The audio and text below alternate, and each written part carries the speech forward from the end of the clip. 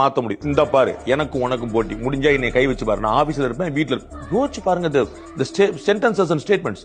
நான் வீட்டுல இருப்பேன், ஆபீஸ்ல இருக்கேன். என்னை கைவிங்க, என்னுடைய தொண்டர்கள் தொடாதீங்க. He has created his own space.